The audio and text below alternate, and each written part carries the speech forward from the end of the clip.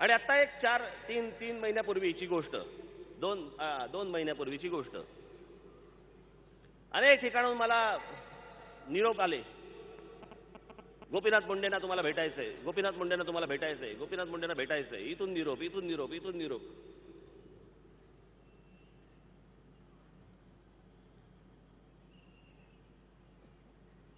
मग इथेच माझी पुण्यामध्ये भेट झाली.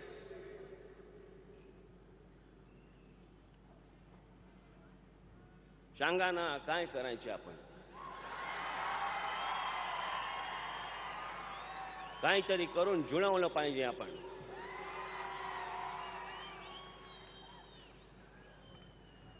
असंच जुळतं का?